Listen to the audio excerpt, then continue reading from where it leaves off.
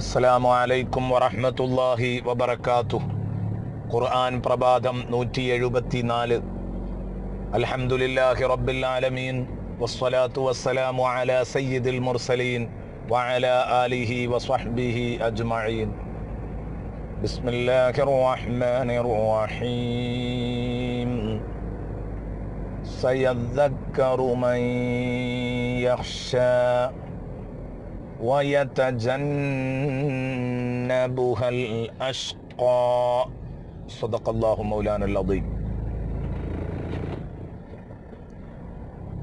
പ്രിയപ്പെട്ട സുഹൃത്തുക്കളെ, സൂറത്തുൽ അഅലയിലെ ഫദക്കിർ ഇൻ നഫഅത്തി ദിക്റ എന്ന ഭാഗമാണ് നാം ഇപ്പോൾ ചർച്ച ചെയ്തു കഴിഞ്ഞത്. തൊട്ടു പിറകിലുള്ള ആയത്ത് നാം എല്ലാവരും എപ്പോഴും ആലോചിക്കേണ്ട വളരെ പ്രസക്തമായ ഒരു ഭാഗമാണ്.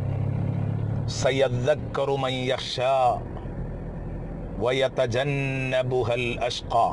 നബിയെ തങ്ങള് നിരന്തരമായി ഉത്ബോധനം നൽകണം എന്ന് പറഞ്ഞിട്ടതിന് കാരണം പറയുകയാണ്.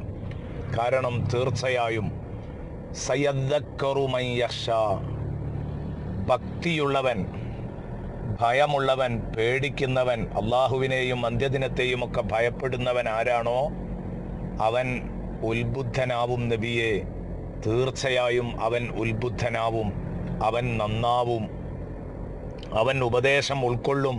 സയദ്ദക്കറു മൻ യഖ്ശാ വയതജന്നബുഹൽ അഷ്ഖാ. അതേസമയം പരമദുഷ്ടനായ മനുഷ്യൻ തങ്ങളുടെ ഉപദേശത്തെ തള്ളിക്കളയും. ആ ഉപദേശത്തിൽ നിന്ന് അവൻ അകലുന്നത് നിങ്ങൾക്ക് കാണാൻ കഴിയും. അള്ളാഹുവിൻ്റെ തിരുദൂതരെ, സയദ്ദക്കറു മൻ യഖ്ശാ വയതജന്നബുഹൽ അഷ്ഖാ.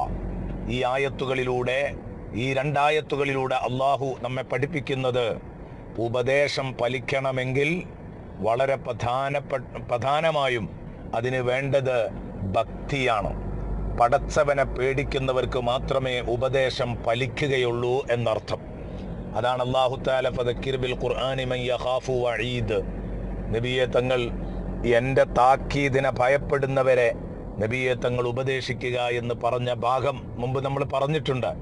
അതുപോലെ തന്നെ സൂറത്തു യാസീനിൽ വളരെ എപ്പോഴും നമ്മൾ ഓതി പരിചയമുള്ള ഒരായത്താണ് ഇന്നമാ തുൻസിറു മനിത്തബഅ ദിക്റ വഖശിയർ റഹ്മാൻ ബിൽ ഗൈബി ഫബശ്ശിർഹു ബിമഗ്ഫിറത്തിൻ വഅജ്രിൻ കരീം എന്ന് പറയുന്ന ഭാഗം. എന്താണിത്? ഇന്നമാ തുൻസിറു, നബിയെ തങ്ങൾ ഫലപ്രദമായ താക്കീത് തങ്ങൾക്ക് നടത്താനാവുക.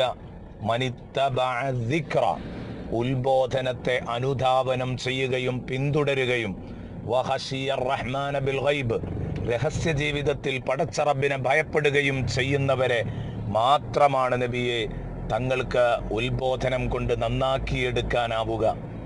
അപ്പോൾ ഉപദേശം ഫലിക്കണമെങ്കിൽ രണ്ട് കാര്യമാണ് അത്യാവശ്യം. ഒന്ന്, വഅള് കേൾക്കണം. വഅള് കേട്ടതുകൊണ്ട് മാത്രമായില്ല, പടച്ചവനെ പേടിക്കുകയും വേണം. ഈ രണ്ട് കാര്യങ്ങൾ എപ്പോഴാണോ ഒരാളിൽ ഉണ്ടാവുന്നത് അപ്പോഴാണ് അയാൾ ഉപദേശം ഫലിക്കുന്നയാളായി മാറുന്നത്. ഇന്നമാ തുൻദിറു മനിത്തബഅ ദിക്റ വഖശിയർ റഹ്മാന ബിൽ ഗൈബ് ഫബശ്ശിർഹു ബിമഗ്ഫിറത്തിൻ വഅജ്രിൻ കരീം. അങ്ങനെയുള്ള മനുഷ്യന് മാനുഷികമായി അവനിൽ നിന്ന് വന്നുപോയ തെറ്റുകുറ്റങ്ങൾ പൊറുക്കാനും അവൻ ചെയ്യുന്ന നന്മകൾക്ക് മാന്യമായ ശമ്പളം, പ്രതിഫലം കൊടുക്കാനും ഞാൻ ഒരുക്കമാണ് എന്ന സന്തോഷ വാർത്ത നബിയെ തങ്ങളവനെ അറിയിക്കണം. അപ്പോൾ നാം ഉപദേശം ഫലിക്കുന്നവരാവണം.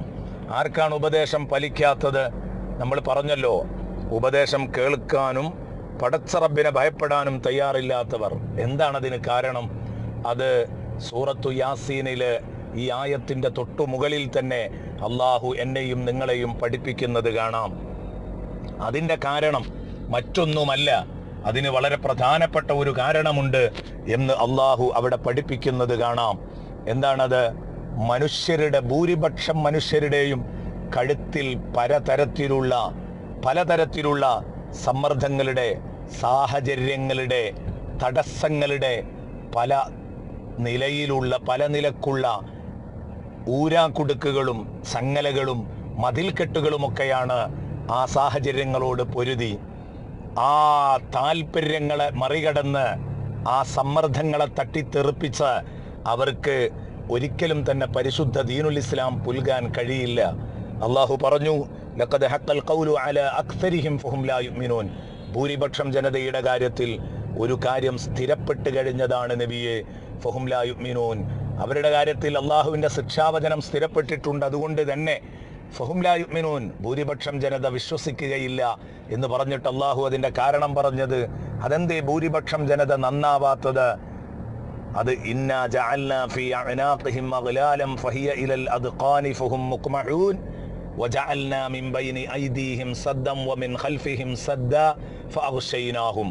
അതേ, അവരുടെ കഴുത്തിൽ താല്പര്യങ്ങളുടെ ചങ്ങലകളുണ്ട്, അവരുടെ മുമ്പിലും പിമ്പിലും അതാ മതിൽക്കെട്ടുകളാണ്. വജഅൽനാ മിൻ ബൈനി ഐദീഹിം സദ്ദ, അവരുടെ മുമ്പിൽ മതിൽക്കെട്ടുകൾ തീർത്തിരിക്കുന്നു. മാത്രമല്ല വമിൻ ഖൽഫിഹിം സദ്ദ, അവരുടെ പിമ്പിലും വലിയ മതിൽക്കെട്ടുകളുണ്ട്. ഫഅഗ്ശൈനാഹും, അങ്ങനെ ചുറ്റുമതിലിനുള്ളിൽ അവരെ നമ്മൾ വലയം ചെയ്തു വെച്ചതുകൊണ്ട്, മുമ്പിലും പിമ്പിലും ഇടത്തും വലത്തുമൊക്കെ മതിലുകളായതുകൊണ്ട് ആ ചുറ്റുമതിലിനുള്ളിൽ നിന്ന് നോക്കുമ്പോൾ അവരുടെ ലോകം അത് തന്നെയാണ്. കുളത്തിലെ തവളയെപ്പോലെ പുറത്തേക്ക് അവർക്ക് കാണാൻ കഴിയുന്നില്ല. ഫഹും ലാ യുബ്സിറൂൻ. അതുകൊണ്ട് തന്നെ ഈ ചുറ്റുമതിലിൽ കുടുങ്ങിക്കിടക്കുന്നവർക്ക് സത്യത്തിലേക്ക് ഒന്ന് തല നീട്ടി നോക്കാൻ കഴിയില്ല, ഒന്ന് കണ്ണു തുറന്ന് നോക്കാൻ കഴിയില്ല. തീർച്ചയായും അവർ അതേ രൂപത്തിൽ അങ്ങനെ അവർ ഇപ്പോൾ നിലവിലുള്ള അസത്യത്തിൽ തന്നെ മുന്നോട്ട് പോകുന്ന ഒരു ശൈലിയാണ് കാണാൻ കഴിയുക എന്നർത്ഥം. ഇതിലൂടെ അള്ളാഹു എന്നെയും നിങ്ങളെയും പഠിപ്പിക്കുന്നത്, ഇവിടെ സമ്മർദ്ദങ്ങളോടും സാഹചര്യങ്ങളോടും പൊരുതാൻ ആളുകൾ കുറവായിരിക്കും. അത്തരം ആളുകൾക്കോ ഒരു കാലത്തും സത്യം ഉൾക്കൊള്ളാൻ കഴിയുകയുമില്ല. സാഹചര്യങ്ങളെ തകർത്തിട്ട് പൊട്ടിച്ചെറിയുവീൻ ചങ്ങലകളെ, തട്ടി തകർക്കുവീൻ മതിലുകളെ എന്നുറക്ക ഉദ്ഘോഷിക്കാൻ ആള് കുറയുമെന്നർത്ഥം. അത് ഉദ്ഘോഷിക്കാൻ തയ്യാറുള്ള ഉമർ ഇബ്നുൽ ഖത്താബ് റളിയല്ലാഹു അൻഹുവിനെ പോലെയുള്ളവർക്കാണ് സത്യത്തിൽ ദീനിലേക്ക് വരാൻ പറ്റുക. എന്താണ് ഈ മതിൽക്കെട്ടുകൾ കൊണ്ട് ഉദ്ദേശിക്കുന്നത്? ഈ ചങ്ങലകൾ കൊണ്ട് ഉദ്ദേശിക്കുന്നത് എന്താണ്? അല്ലാഹു തആല ഈ പറഞ്ഞത് വളരെ ഭംഗിയായി മുഫസ്സിറുകൾ വിശദീകരിച്ചിട്ടുണ്ട്. അതെ, ചിലർക്ക് സത്യം തിരിയും. മുത്തുനബി ദീനിന്റെ സത്യത്തിലേക്ക് അവരെ വിളിച്ചപ്പോൾ അബൂജഹലിന് സത്യം തിരിഞ്ഞിട്ടില്ലേ? ഉണ്ടായിരുന്നല്ലോ. റുക്കാനത്തിന് സത്യം തിരിഞ്ഞിട്ടില്ലായിരുന്നോ? ഉണ്ടല്ലോ. ഋതുബത്തിന് മനസ്സിലായിരുന്നില്ലേ? ഉണ്ടായിരുന്നല്ലോ. പിന്നെന്തുകൊണ്ട് അവർ പരിശുദ്ധ ദീനിലേക്ക് കടന്നു വന്നില്ല എന്ന ചോദ്യത്തിന്റെ ഉത്തരം വളരെ ലളിതമാണ് കൂട്ടുകാരെ, വളരെ ലളിതമാണ്. അവർക്കൊക്കെ അറിഞ്ഞതിന്റെ ശേഷം അവർ നബിതങ്ങളോട് നീ തെളിഞ്ഞ സാഹിറാണ്, മാരണക്കാരനാണ് എന്ന് പറഞ്ഞവർ തള്ളിക്കളയുകയായിരുന്നു ചെയ്തിരുന്നത്. അതിനൊരു പ്രധാന കാരണമുണ്ട്. അങ്ങനെ അങ്ങ് തള്ളിക്കളയാൻ ഒരു പ്രധാന കാരണമുണ്ട്. അവരുടെ മുമ്പിലുള്ള ഈ ചങ്ങലകളെയും മതിൽക്കെട്ടുകളെയും പൊട്ടിച്ചെറിയാൻ അവർക്ക് സാധിക്കുന്നില്ല എന്നതായിരുന്നു. വലീദ് ഇബ്നുൽ മുഗീറ ഇസ്ലാമിലേക്ക് വലതുകാൽ എടുത്തു വെക്കാൻ ശ്രമിച്ചിടത്ത് നിന്നാണ് അതാ വീണ്ടും പിറകോട്ട് പോയത്. കാരണം ചിലരുടെ മുമ്പിലെത്തിയത് ഇത് സത്യമാണെന്നറിയാം, പക്ഷെ അവരുടെ മുമ്പിലെത്തിയ തടസ്സം എൻ്റെ കുടുംബം അതിനെതിരാണ്. ഇത് നമുക്കിടയിലും പലപ്പോഴും നമ്മൾ കാണുന്നതല്ലേ. സത്യം ഇന്നതാണെന്ന് ബോധ്യപ്പെടുന്നുണ്ട്, പക്ഷെ ആ സത്യത്തോടൊപ്പം നിൽക്കാൻ എൻ്റെ കുടുംബ സാഹചര്യം എന്നെ അനുവദിക്കുന്നില്ല.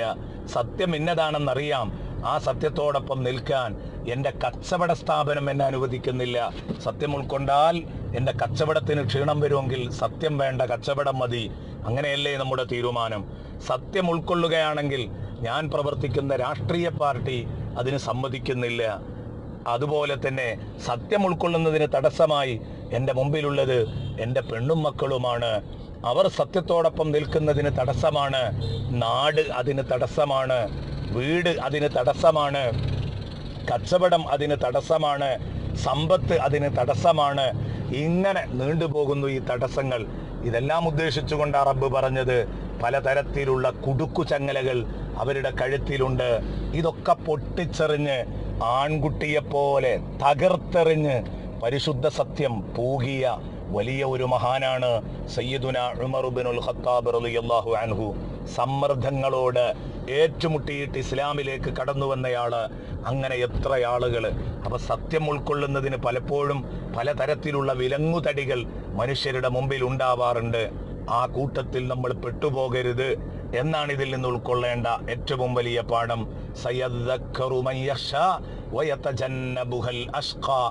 തീർച്ചയായും പേടിക്കുന്നവൻ, അള്ളാഹുവിനെയും അതുപോലെ തന്നെ അന്ത്യദിനത്തെയും ഭയപ്പെടുന്നവൻ നന്നാവുകയും അല്ലാത്തവൻ നബിയെ തങ്ങളുടെ ഉപദേശത്തിൽ നിന്ന് അകന്നു പോകും. അവൻ തങ്ങളുടെ ഉപദേശത്തെ തള്ളിക്കളയും. വയതജന്നബുഹൽ അഷ്ഖാ. ആ തള്ളിക്കളയുന്ന മനുഷ്യനെ പരാജിതൻ എന്നല്ല, പരമപരാജിതൻ എന്നാണ് അള്ളാഹു വിളിക്കുന്നതും. വല്ലാത്ത വിളിയാണ്. മുത്തുനബിയെ വിശ്വസിക്കുന്നവൻ അത്യുത്കൃഷ്ടനാകുമെങ്കിൽ നബി തങ്ങളെ തള്ളിയവൻ അങ്ങേയറ്റം പരാജയപ്പെട്ടവനുമാകും. ഇതാണ് ബഹുമാനപ്പെട്ട അബൂ ഹയ്യാൻ റളിയല്ലാഹു അൻഹു അതിന് നൽകുന്ന വ്യാഖ്യാനം. ഏതായാലും മുത്തുനബിയെ അംഗീകരിച്ച് പേടിയും ഭക്തിയുമുള്ളവർ എന്ന് പറഞ്ഞവരിൽ അള്ളാഹു നമ്മെ ഉൾപ്പെടുത്തട്ടെ. ഹബീബിനെ തള്ളി അഷ്ഖാ, പരമപരാജിതൻ എന്ന ആ ഒരു ചീത്തപ്പേരിൽ നിന്ന് അള്ളാഹു നമ്മെ കാക്കട്ടെ. ആമീൻ. അസ്സലാമു അലൈക്കും വറഹ്മത്തുള്ളാഹി വബറകാതുഹു.